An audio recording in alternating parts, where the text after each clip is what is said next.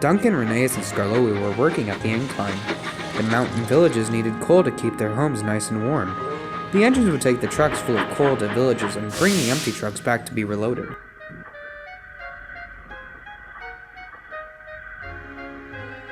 One morning, Rheneas was waiting at the base of the incline for his load of coal trucks. The workmen coupled them up to the winch cables, and they slowly descended upon the slope. Duncan was resting in a siding. He was growing restless. You would think that the men would work faster when trying to get us on trains, Duncan complained. Rheneas just rolled his eyes. He had heard it all before from the yellow engine.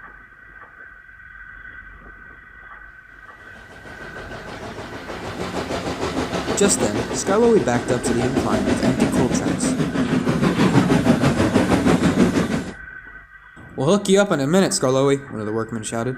You said that to me an hour ago, you twats, Duncan exclaimed.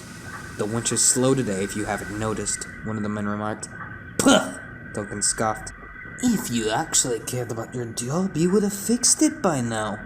They can't control how the weather affects the incline, Duncan, Rheneas added. The two engines argued as the workmen continued working.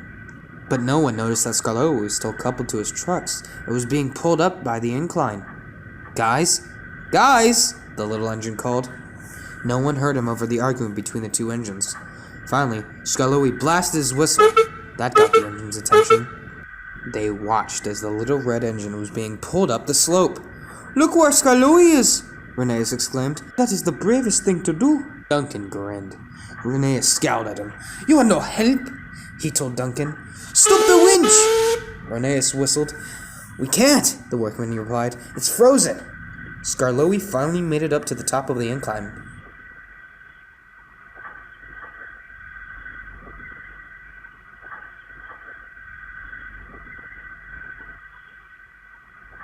He didn't dare move, but the winch did. Behind him, the mechanism for the incline broke. "Help!" Skarloey shouted as he raced down the hill. But when he got to the bottom, he couldn't stop. He whistled to the signalman, who changed the points. The little engine was diverted into the siding, broke through the buffers, and charged straight into a snowbank. It took a long time before the workmen could get Skarloey out. They laid down temporary rails, tied chains between him and Rheneas, and the little engines pulled Skarloey back onto the tracks. The thin controller was waiting when Duncan shunted Skarloey in the sheds. "The accident wasn't your fault," he told the little engine. "We should have had the winch inspected before we used it." Skarloey's crew looked all over him for any damage. When they finished, they spoke to Mr. Percival. "His side rod's broke, and it put a crack in his boiler," his driver told him. "Is it serious?" Mr. Percival asked. "Not if he doesn't strain himself too hard," his fireman added. "He could still work, he just can't do much of it." The thin controller thought for a moment. "We'll keep you in the sheds for a few days," he told Skarloey. "Then you can do light work in the yards until we send you to be fixed." "Yes, sir," the old engine agreed. While Skarloey was in the shed, Duncan and Rheneas had to do his work as well as their own. And I'm sorry to say, but Duncan complained endlessly. Aye, this is too much work, the yellow engine pouted. Rheneas just ignored him. If I keep going at this rate, my wheels will fall off. "I'm sure Skarloey will be back to help us soon," Rheneas reassured. Pah! Scoffed Duncan. Soon can't come soon enough. And he angrily huffed away. Later, the three engines were at the sheds. Rheneas and Skarloey were already asleep. But Duncan wasn't. He was making a plan. A very devious plan. The next day came. Rheneas was already gone, and Skarloey was still asleep. Duncan's driver tried to get him to move, but he couldn't. "Come on, Duncan," his driver said. "We have work to do." "I don't feel well," Duncan said, trying to look ill. His crew looked at each other, then back at Duncan, and they walked away. Duncan grinned smugly. He thought his plan was working. That afternoon, Rheneas was taking some loaded ballast trucks to the transfer yards. He was tired from all the extra work he had been doing. "I can't feel my wheels," the little engine moped.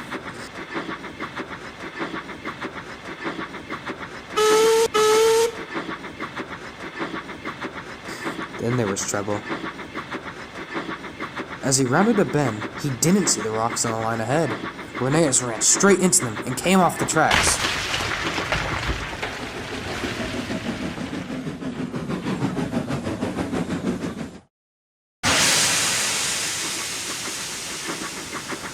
Skarloey was alone at the incline. Duncan was taken to the sheds to be looked over.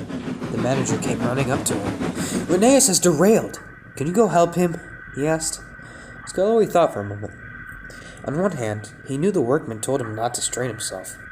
On the other hand, he knew his friend needed help. So he bravely said, "I'll do my best," and he hurried to find Rheneas.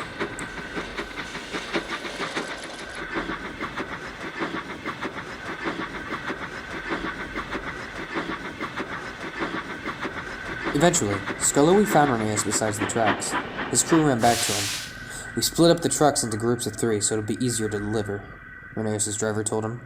"If you can take the first set of them, then we can call for another engine to come and take the rest," his fireman added. "Sounds like a plan," Skarloey said optimistically.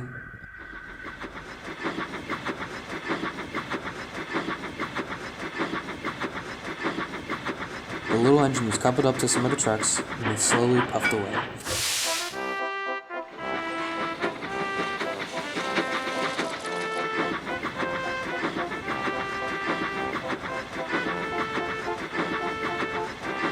Skarloey eased his way up to his destination.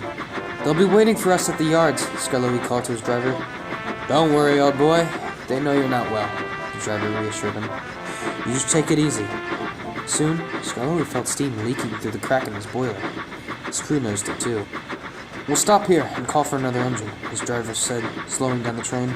No, Skarloey insisted. "We can make it. We're so close." "It's too risky," his fireman told him. "Well then, I'll get there or bust."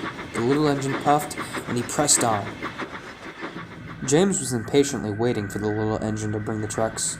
When at last Skarloey came into view, James was about to complain about how late he was, but when he noticed how hard Skarloey was pushing himself, he forgot to be cross and felt proud of the little engine. The workmen noticed it too. They cheered the little engine as he pulled in. The thin controller was also there. "Well done, Skarloey," he began. "Your determination will not go unrecognized. You shall be sent to the works immediately to have your boiler fixed." "Thank you, sir," Skarloey panted.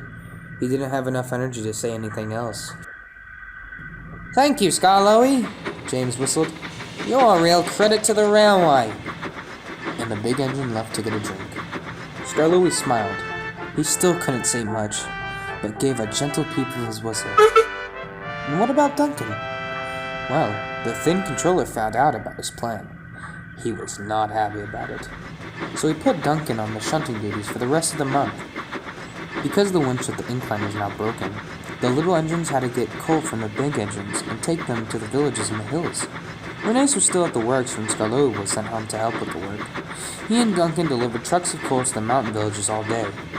But I must not say any more, or I will spoil the next story.